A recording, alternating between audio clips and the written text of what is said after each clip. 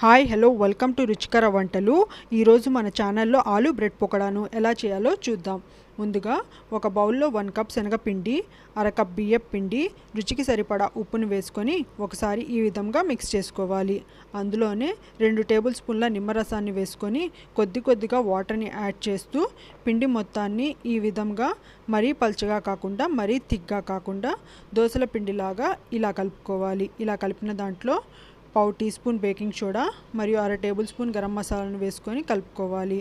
థిక్గా అనిపిస్తే ఇంకొంచెం వాటర్ని యాడ్ చేసుకొని మిక్స్ చేసుకోవాలి. ఇప్పుడు దాంట్లో సన్నగా కట్ చేసి పెట్టిన కొత్తిమీరను వేసుకొని బాగా మిక్స్ చేసుకొని పక్కన పెట్టుకోవాలి. స్టఫింగ్ కోసం బంగాళదుంపను బాయిల్ చేసి ఈ విధంగా మ్యాష్ చేసుకోవాలి. ఇలా మ్యాష్ చేసిన దాంట్లో 1 tablespoon chaat masala, 1 tablespoon ధనియాల పొడి, 1 tablespoon garam masala, 1 tablespoon jeera powder, 1 tablespoon కారం, రుచికి సరిపడా ఉప్పు, సన్నగా కట్ చేసి పెట్టిన ఉల్లిపాయ ముక్కలు, 1 టేబుల్ స్పూన్ అల్లం వెల్లుల్లి పేస్ట్, సన్నగా కట్ చేసి పెట్టిన పచ్చిమిర్చి, క్యాప్సికమ్ని సన్నగా కట్ చేసుకొని వేసుకోవాలి.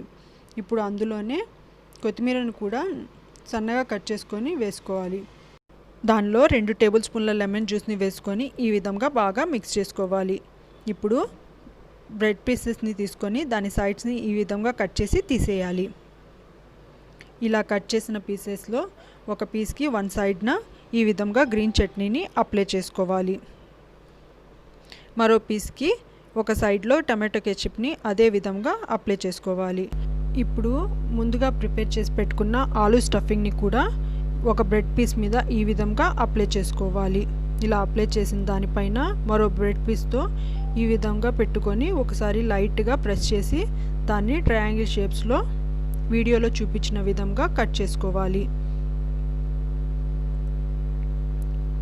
ఇలా కట్ చేసిన పీసెస్ని ముందుగా ప్రిపేర్ చేసి పెట్టిన పిండిలో ఇలా డిప్ చేసుకుంటూ వాటిని బాగా హీట్ అయిన ఆయిల్లో ఒక్కొక్కటిగా వేసుకోవాలి.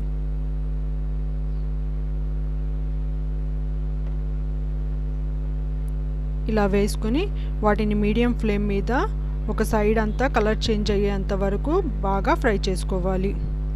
ఇప్పుడు ఫ్రై అయిన తర్వాత మరో సైడ్కి తిప్పుకొని వాటిని కూడా గోల్డెన్ బ్రౌన్ కలర్లోకి వచ్చేంత వరకు ఫ్రై చేసుకోవాలి. ఇలా కలర్ చేంజ్ అయిన తర్వాత ఒక సర్వింగ్ ప్లేట్లోకి తీసుకొని సర్వ్ చేసుకోవాలి. అంతే, ఎంతో సింపుల్గా అయిపోయే ఆలూ బ్రెడ్ పకోడా రెడీ. ఈ వీడియో కనుక మీకు నచ్చినట్లయితే నా వీడియోని లైక్ చేయండి, షేర్ చేయండి మరియు నా ఛానల్ని సబ్స్క్రైబ్ చేసుకోండి. Thanks for watching.